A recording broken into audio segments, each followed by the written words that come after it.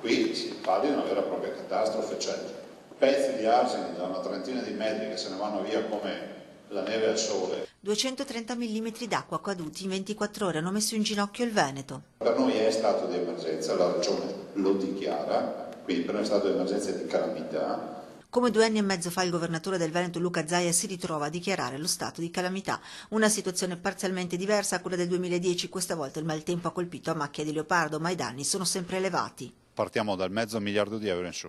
Intanto, come primo immediato aiuto, la giunta regionale ha stanziato 1 milione di euro per far fronte alle prime necessità.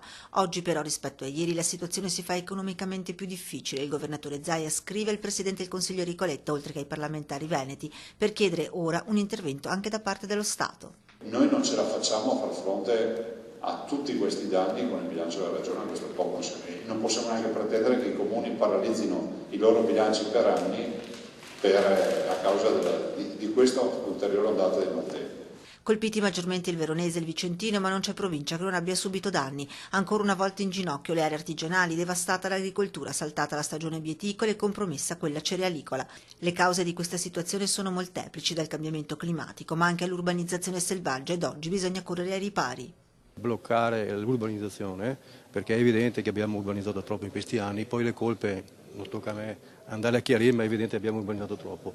L'altra questione su cui noi continuiamo a dire è che è indispensabile che venga sbloccato il patto di stabilità per le opere di manutenzione straordinaria.